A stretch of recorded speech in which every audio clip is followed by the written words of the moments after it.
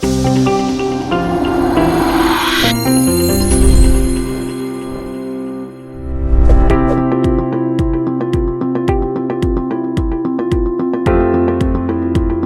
you for giving me this opportunity to be with you here today.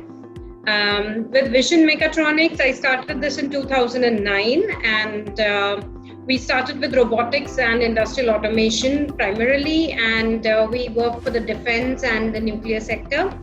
From there, it was a very, very difficult journey to begin with because it's a male-dominated kind of a society, and women per se do not have a very good standing overall. So it was very difficult, and when I started this, I started with very niche robotics and with design and hardcore mechanical and robotics kind of a technology where I started with. Wasn't easy, but then yes, I was very much determined that I have to do this and have to take it to the next level. Then going on like this, I got some opportunities. Of course, grabbing finance was not easy, and it was all a bootstrap thing that I did. So there were hurdles on the way, but then finally we kept on marching, and thanks to my lovely team and all the members and the crew that came along with my team, and then today we have reached a decent certain amount of levels that we look at, and we are happy about the journey we have. In 2015, we started with energy storage, wherein lithium was the focus in 2015, where others were still on lead acid, and that's where we began further. Today, we are quite established in the energy storage domain. We have the world's smartest lithium battery, and we have IoT and a lot of robotics involved into it, a lot of automation, AI involved into our batteries as well, wherein we do a lot of cell level work on the monitoring to do preventive and predictive monitoring of the battery packs. So we are basically driven by technology and innovation, where we try to create some good technologies for the consumer society at large, so that everybody in the whole sector can be benefited.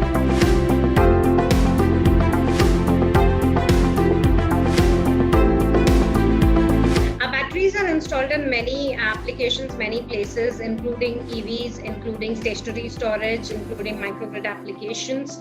And these batteries are special because more than 50% of the element is made in India out here. And not just the hardware is made in India, even the software part of it, and where we have added analytics to it, making it more robust, making it more stable, and giving we are the only ones who as of today give 15 days advance notice to the customers that your batteries are going to go bad, they need a replacement. Not just that, we also do a preventive fault analysis. For example, if we are anticipating that your systems would have some kind of faults coming in, so we, without going on sites, can actually solve them remotely. And that's what gives us an added advantage to the others in the segment, that we have a technology which is far ahead of time. And we have more than about 8 megawatts of installed, 8.5, yeah. So now this year it's going to become 9.5 megawatts of installed capacity with the active balancing technology, which improves the life of the battery, as well as the cycle life, as well as the efficiency of the battery to quite an extent. Not just that, we also do intra-pack and inter-pack balancing of the batteries, which adds further to the value of what the customer is investing in.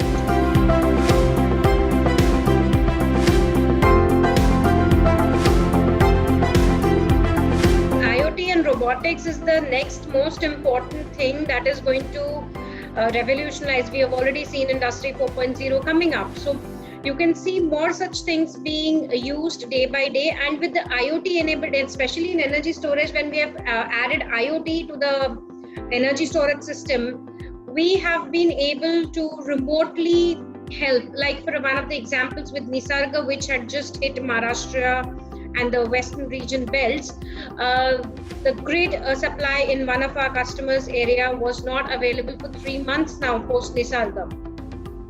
But thanks to the IoT facilities that we have into our battery systems and the ESS systems, we just configured them right sitting here in Mumbai to him at in his site, and comfortably the system was working for almost these 3 months that they did not have grid, and only on solar and batteries.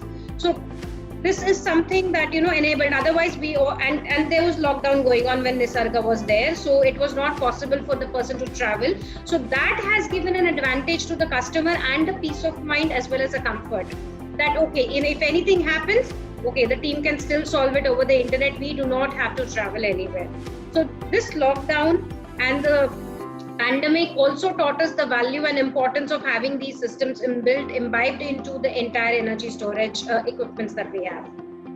It helped a lot to monitor all the systems, and thankfully by the technology's grace and the people that I have, every system was functioning fine.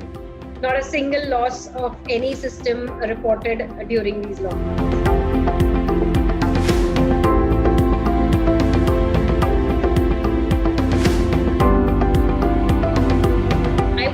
India needs to have the right mix for a complete sustainable, inclusive development of the country.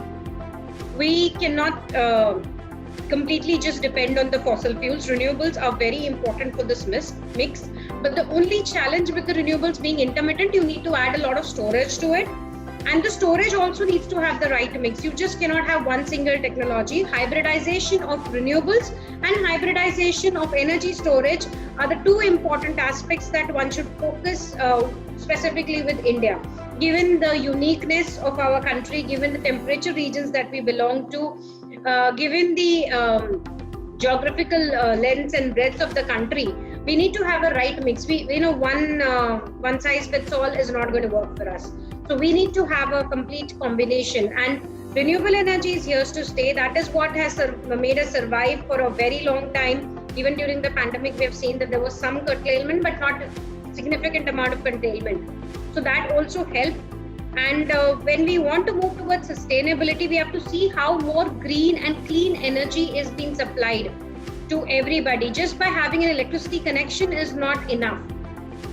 Importance is that you have electricity access all the time, and the blessing would be if you can have it through a clean and green source. That would make the right energy mix.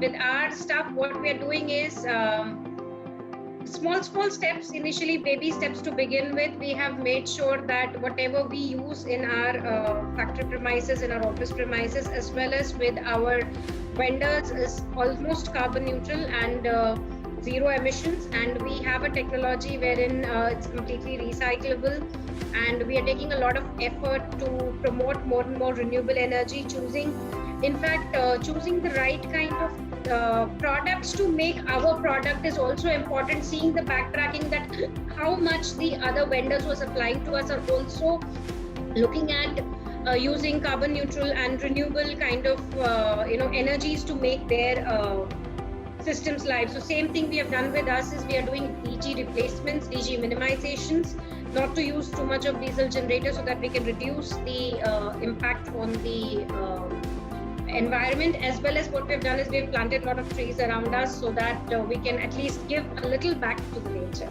I mean, of course, we cannot compensate too much. Mother Earth has given us so much that, we guys can never even think about. But then a little bit to the nature is something that what we've given.